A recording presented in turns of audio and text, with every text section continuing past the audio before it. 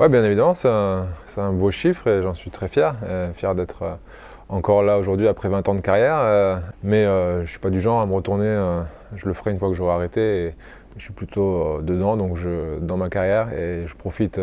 Je savoure chaque journée, chaque match, chaque entraînement et être à fond et savourer ces moments-là parce que je sais que je suis plus proche de la fin. Donc à un moment donné, ils vont s'arrêter. Donc je suis plutôt dans cet état d'esprit-là. Je ne suis pas méga fan de raconter mon histoire et de faire des trucs sur ma carrière. C'est pas la timidité, c'est juste comme ça que je fonctionne et comme ça que ça marche. Et que je préfère qu'on parle de l'actualité, de ce qui se passe aujourd'hui. Et que j'en ai marre aussi à chaque interview qu'on me demande reviens sur ce moment de ta carrière. Non, quand j'aurai arrêté, on reviendra si vous voulez. Mais là, on parle du Trophée des Champions, de la saison qui arrive, de tout ça, de Paris, de tout ce que vous voulez. Mais on aura le temps de le faire. Je suis comme avec le PSG, c'est la même chose. Je suis très heureux de faire ma 20e année en équipe de France et c'est pas rien. C'est un chiffre énorme et je suis très fier de ça, de ces 20 ans parce que c'est énorme, et de tous ces titres gagnés avec l'équipe de France. Donc j'en suis très fier et très heureux et pareil, je savoure chaque jour et chaque match passé avec la sélection. Il y a un énorme potentiel dans l'équipe de France. On a gagné les derniers Jeux Olympiques. Après, on a fait 4e au championnat d'Europe avec pas mal de blessés et avec cet Euro sous Covid. Donc il y a énormément de potentiel. Je pense que malgré tout, on a encore du travail à faire pour réussir à faire l'exploit qu'on a fait par le passé avec les experts, c'est-à-dire gagner dans la durée sur plusieurs compétitions et arriver en finale et ramener des titres. Mais je pense que le potentiel est là. Il faut juste maintenant bien travailler et optimiser au maximum tout ce talent. Je me concentre pas là-dessus. En tout cas, tu n'y penses pas et c'est pas dans des... Je sais que les Jeux Olympiques arrivent, ça bien évidemment, mais pour ma participation, en tout cas, non. Si ça doit arriver, ça arrivera. Si ça n'arrive pas, ça n'arrivera pas et ce sera très bien aussi. Et pour l'instant, j'ai aucune influence là-dessus et je ne peux pas maintenant décider aujourd'hui, à 2 ans des Jeux Olympiques, si je les ferai ou pas. Je ne suis pas devin, donc comme tout sportif, tout sportif de haut niveau, on voit jusqu'à où on peut aller et jusqu'à où notre corps et notre envie nous mènent. Non, ça s'est bien passé, on est parti à Tignes en préparation, parce qu'on n'avait pas accès aussi à Coubertin à cause des travaux pour les JO de 2024. Puis on s'est entraîné sérieusement, comme on l'a toujours fait. Et non, ça s'est bien passé. J'étais aussi heureux de voir des nouveaux coéquipiers, de connaître des nouvelles personnes, des nouveaux joueurs. Et donc parfois c'est aussi bien d'avoir un peu de fraîcheur. Donc non, tout s'est très bien passé, l'intégration s'est bien passée aussi. Et bien sûr, en tant qu'ancien dans l'équipe, ton rôle c'est aussi d'intégrer tout le monde et d'aider à ce que l'équipe se forme du mieux possible.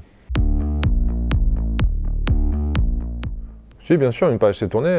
Quand tu perds des joueurs comme Mickaël qui était là depuis 10 ans au club, Ned, Benny, pareil, qui sont là depuis très longtemps, Vincent, Yann. Donc voilà, c'est un gros changement. Et tu as 5-6 joueurs comme ça qui changent. Il y a quand même un renouvellement, avec même s'il y a une base de l'année dernière qui est solide et qui est là.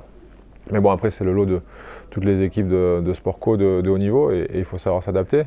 Mais oui, il y a quand même eu un gros changement. C'était dur pour toi de les voir partir?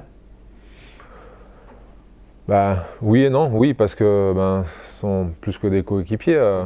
Pour la plupart, ce sont des amis. Et donc, bien sûr que c'est triste. Tu préfères rester avec eux et continuer à jouer avec eux. Mais après, en même temps, non, parce que c'est le sport de haut niveau et c'est comme ça.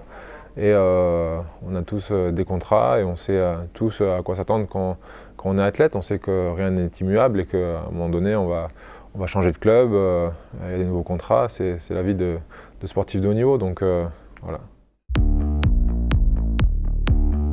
Cette année, malheureusement, avec le nombre de blessés qu'on a eu déjà avant la préparation physique, je pense que le club et les coachs ont eu un petit peu peur de faire trop dur et d'être trop exigeant sur la prépa physique et peut-être de blesser d'autres joueurs et d'arriver sur la saison qui va être énorme avec la Ligue des Champions encore, avec autant de matchs, tellement de matchs encore, que du coup, les prépas, tu fais plus comme avant, où avant tu pouvais vraiment bien te préparer pour pouvoir tenir toute la saison. Aujourd'hui, avec ces rythmes-là, tu fais aussi attention pendant la préparation de peut-être pas cramer tout le monde d'entrée, de risquer une blessure et de perdre des joueurs. Donc ces rythmes infernaux qu'on nous impose commencent à impacter aussi les préparations physiques qu'on a. Donc c'est un petit peu dommage, mais bon, du coup, on a bien bossé, mais je trouve un petit peu moins que les autres années. Ouais, comme la saison dernière où on a vu qu'en deuxième saison on était rattrapé aussi par les pépins physiques, avec Mickaël qui s'est blessé, qui n'a pas pu finir la saison. Sur des saisons très longues avec le Covid, on a Luka qui s'est blessé pendant une bonne partie, Nedim aussi. Donc c'est aujourd'hui, avec les rythmes qu'on a, avec le championnat qui est devenu très dur, les équipes nationales, on est à, je ne vais pas compter, mais on est dans les 70 matchs dans l'année. Donc ça t'oblige à avoir des effectifs soit très complets pour pouvoir absorber tout ça, soit d'avoir de la chance avec les blessures, avec les pépins physiques. Donc ouais, il y a une petite pièce qui est jetée en l'air et de toute façon tu ne le maîtrises pas. La meilleure manière de le maîtriser, c'est de bien se préparer, de faire attention pendant la saison et à son hygiène de vie, à sa préparation. Plus tu es soumis à ce genre de rythme, moi je l'ai été depuis tout jeune et pour pouvoir résister à tout ça, j'ai toujours fait très attention à mon entraînement, à mon hygiène de vie, à ma manière de me préparer. Donc non, j'ai rien changé, je fais juste, plus tu avances et plus tu comprends aussi comment tu fonctionnes, comment ton corps fonctionne. Donc tu apprends des signaux que tu reçois et on a énormément de chance au PSG d'avoir un super staff médical aussi que peu de clubs ont au niveau européen et mondial. Donc ça c'est un énorme plus pour pouvoir nous aider à tenir ces saisons. Moi je ne suis pas ni le coach, ni le président, ni le manager. Mon but c'est en tant que joueur gagner tous les matchs auxquels on participe. On part sur une nouvelle saison, ce qui s'est passé avant c'était génial. Et 30 matchs en 30 victoires, ça s'est jamais fait, donc ça me prouve la difficulté de ce record, et encore plus dans un championnat qui est devenu vraiment de très haut niveau, et qui n'a rien à voir encore avec ce qui se faisait il y a 10-15 ans. Voilà, bravo à nous pour ce record, mais maintenant tout repart à zéro et c'est la beauté du sport. Tous les compteurs sont remis à zéro et il va falloir batailler, se battre à nouveau pour remporter les titres et c'est ce qu'on va faire cette année. Quasi tous les clubs du championnat de France ont des joueurs internationaux, des joueurs d'expérience et c'est devenu difficile de gagner sur tous les terrains en France. Donc non, c'est pas que le haut du tableau. Nantes, c'est un club qui a été en finale de Ligue des Champions, demi-finale de Ligue des Champions, donc c'est pas des petits clubs et c'est pas des petits joueurs qu'on affronte et c'est ce qui rend le championnat hyper intéressant et c'est moi en tout cas ce qui m'a donné envie de jouer en France aussi, d'avoir cette difficulté et ce challenge à chaque match. Voilà, chaque nouvelle saison, chaque nouveau championnat réserve son lot de surprises et j'espère qu'on arrivera à être devant encore, mais rien ne nous le garantit. On le verra là avec la phase de groupe de Ligue des Champions, à quel niveau on se situe. Comme tu as dit, on a un effectif qui a été pas mal remanié. L'année dernière, on a échoué à quelques secondes du Final Four. On va voir et on ne sait pas. Cette année, l'année dernière, on ne faisait pas partie des 4 meilleures équipes européennes, on faisait partie des 8. On va essayer de faire mieux cette année, mais je pense que voilà, c'est notre... En tout cas, au niveau des prétendants européens, on fait partie des outsiders maintenant et plus des favoris comme par le passé. Mais on va se battre pour passer au-dessus de ça. C'est pas forcément lié à la fin de ma carrière, c'est un peu lié aussi à l'expérience que tu as créée tout au long de ta carrière. Quand tu es jeune, tu arrives, tu as envie d'être pro, tu as envie de signer ton premier contrat, puis tu as envie de gagner des matchs, tu as envie de te faire une place dans l'équipe.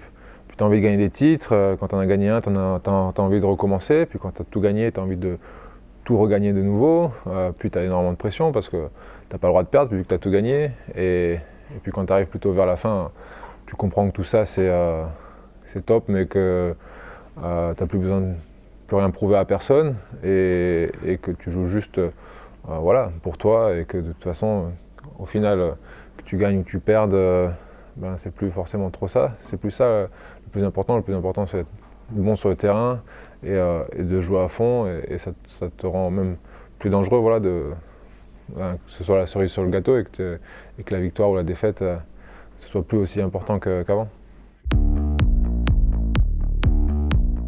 Je ne sais pas du tout comment je vois la suite. J'ai des idées. On est en train de monter avec mon frère un fonds de dotation qui s'appellera Karabatic demain, qui sera lié au sport bien sûr, mais à l'écologie, à la solidarité. Et donc on a plein d'idées avec notre fonds de dotation. On a nos stages aussi, Karabatic, qui marchent très bien. Et on va essayer de développer un petit peu tout ça. Et puis j'ai énormément d'opportunités différentes aussi. J'ai commencé à travailler comme consultant avec Canal+, à investir aussi dans la climate tech, dans des startups qui œuvrent pour le bien de l'humanité. Donc voilà, j'ai énormément d'opportunités différentes. Pour l'instant, j'ai pas une envie précise. J'ai envie aussi après ma carrière de me faire une idée sur ce que ce sera, de faire aussi des sports différents que j'ai pas pu faire pendant que je jouais au hand. Et donc voilà, être aussi sur Paris, c'était un peu mon but en signant au PSG, d'être sur Paris, d'avoir aussi pas mal d'opportunités différentes. Et bien évidemment de continuer à bosser avec le PSG, sous quelle forme c'est encore à définir, pour pouvoir rendre aussi tout ce que ce club m'a apporté. Ça, je vais le faire, et on va le faire avec mon frère à travers nos stages, à transmettre notre expérience, mais surtout aux plus jeunes, parce que je trouve que c'est là, pour l'instant, c'est ce qui m'intéresse le plus, entraîner des équipes, que ce soit pro, au quotidien. J'en ai pas envie, pas forcément par rapport aux compétences, mais plus par rapport au style de vie d'un entraîneur. J'ai vu énormément d'entraîneurs et j'ai vu comment le métier les consume, donc ça me donne pas du tout envie pour l'instant, peut-être dans quelques années, mais là aujourd'hui, j'ai pas tout de suite envie de ça quand je m'arrête. Le fait d'avoir des coéquipiers, d'être tous les jours avec tes potes de l'équipe. Certains seront des coéquipiers, mais d'autres sont plus que des coéquipiers, des amis, des frères. Donc je pense que c'est ça qui me manquera, d'évoluer dans une équipe et d'être sur le terrain avec tes gars et de te battre pour la victoire. Donc je pense que c'est ça, cette vie d'équipe qui me manquera.